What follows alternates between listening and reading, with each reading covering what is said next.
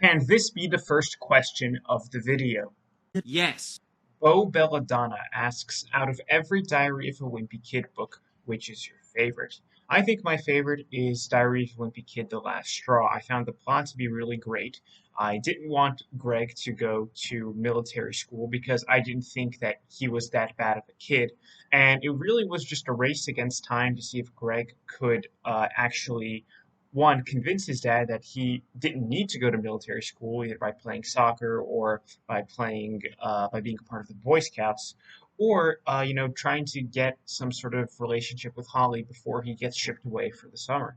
And I love that Greg's dad is able to see that Greg is Greg is willing to put himself on the line for his father, or at least that's how Frank interprets it. I thought it was a great ending to the book. I like pogo sticks asks, aside from myself, who is my favorite Diary of a Wimpy Kid content creator? Well, I don't really follow too many Diary of a Wimpy Kid content creators, but I guess the only one that I'm actually subscribed to is Crow Ronneberger. And Crow, if you're watching this, let's do a collaboration, man. Your fan base, my fan base, our video is just going to be absolutely epic, and I'm sure we will have a blast. I'm in your Discord, so just hit me up and we'll get something going. Colin Cabrera asks, what is your favorite moment slash joke slash gag in the Diary of a Wimpy Kid series? I would have to say that my favorite moment slash joke slash gag is all intertwined in the ending to Diary of a Wimpy Kid: The Third Wheel. Just the day the Valentine's Day starts, all the way to the end when Riley and Abigail end up getting together. I think that is just one of the best chronological pieces of work that I've ever seen Jeff Kinney write, and that's why it has to be my favorite. Tope asks, when in the Diary of a Wimpy Kid series have you been genuinely laughing or genuinely disappointed? There are several times throughout reading Diary of a Wimpy Kid Big Shot that I was really laughing, especially when all the shenanigans occurred with the field day, and specifically when the janitors and the lunch lady started trading for field day, and when there was an undercover gambling operation. I thought that was hilarious.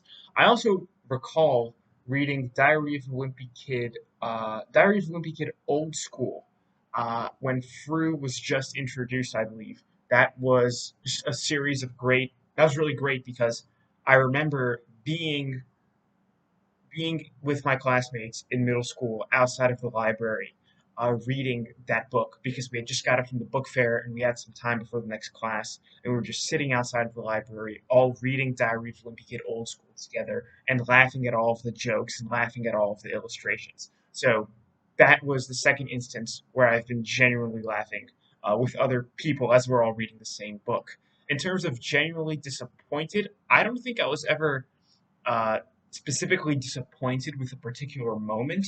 I just didn't like some of the books, specifically Diary of a Wimpy Kid: The Meltdown. But in terms of like actual plot, even though there are some books whose plot I actually question, I've never been disappointed while reading it. Crushed Level asks, what instance of Susan being a Karen ticked you off the most? The first time where I ever felt actual uh, displeasure with Susan was in Diary of Wimpy Kid: The Third Wheel when she gave Greg Heffley her winter coat to wear home. Now, Greg was absolutely in the wrong. His mother told him to not take the leather jacket to school, and he disobeyed her, and therefore he should be punished.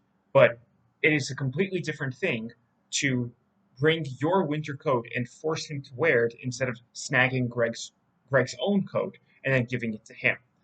That's when I really got ticked off because I try to see myself as a person of logic and a person of rationality, and that entire episode was completely irrational and completely illogical. And it felt as if that Susan was just trying to humiliate Greg rather than rather than just punish him and let the consequences drag out in the home, not in the school setting. What is your least favorite Diary of a Wimpy Kid book? Good question, Kerbo. It is Diary of a Wimpy Kid: The Meltdown. How long does it take to make each video? Asks Kowloon Child Plays. Well, it honestly depends. Maybe I have to do a couple of retakes, but really doesn't take me that long. Unless, of course, I'm doing a video such as this, where it might take me a couple of hours to do, just, put everything together, take all the necessary screenshots, etc., etc. The Spider Fan asks, favorite Wimpy Kid movie and your thoughts on the Long Haul movie. I think Diary of a Wimpy Kid, the Roderick Rules movie, was my favorite movie. I love the dynamic that they established between Roderick and Greg. Although a close second would have to be Diary of a Wimpy Kid Dog Days. I think if you don't see that movie with your dad, you're missing out. And your thoughts on the Long Haul movie? I have no good things to say about it. And your parents say that if you have nothing nice to say, then don't say it at all. Ray Lee asks, who is your favorite Diary of a Wimpy Kid character? I don't have a favorite Diary of a Wimpy Kid character. I think the one that I'm inclined to like the most is Rally, but he is a little too childish in my view. Greg is just a jerk. Frank is all right. I actually would see myself getting along with Frank because we share a lot of similar interests. But I think in the books he's a little too strict and irrational, and I don't really like Susan either.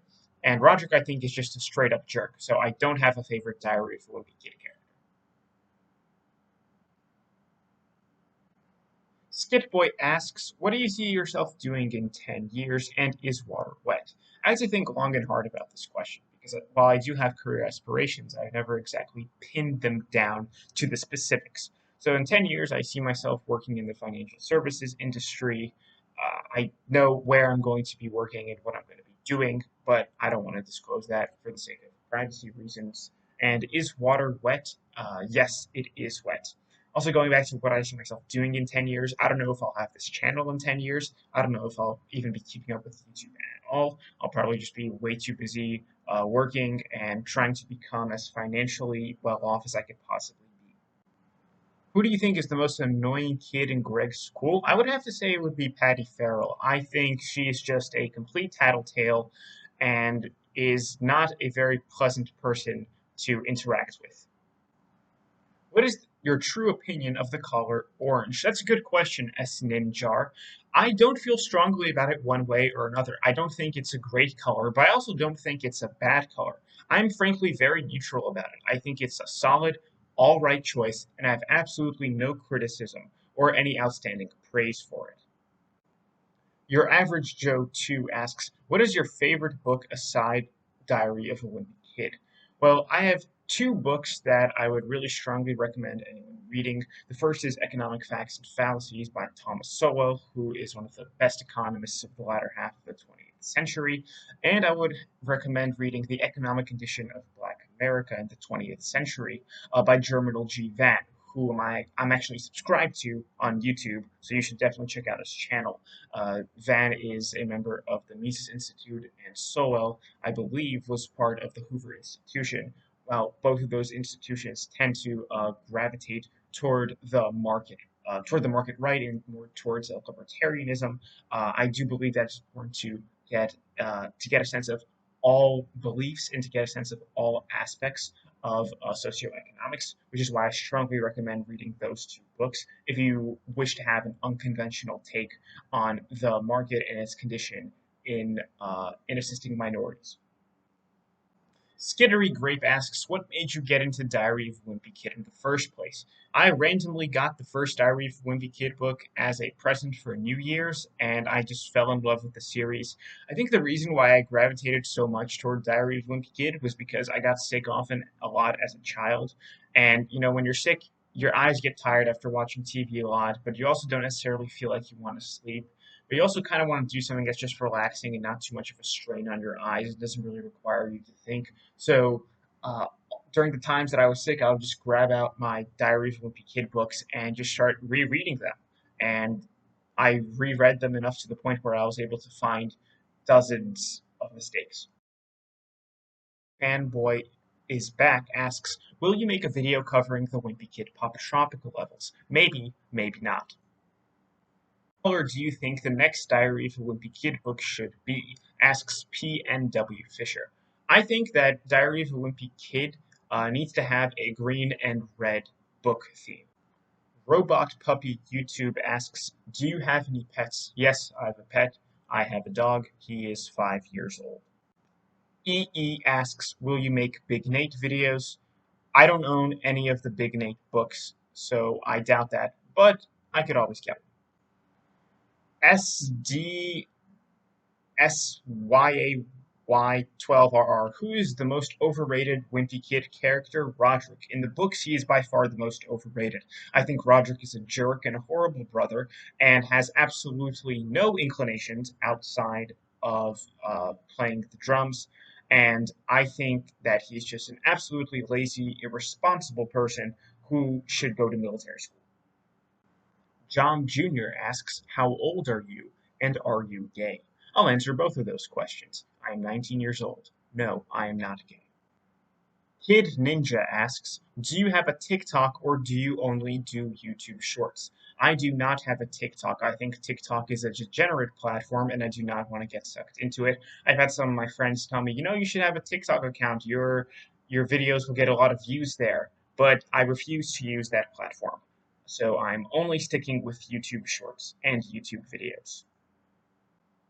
Currently available, don't worry, I feel you, Greg. I respond saying here, do you want to be? I mean, you're cute.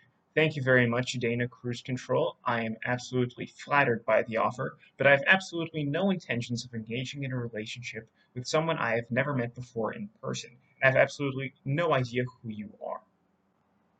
Can my question be last? Yes.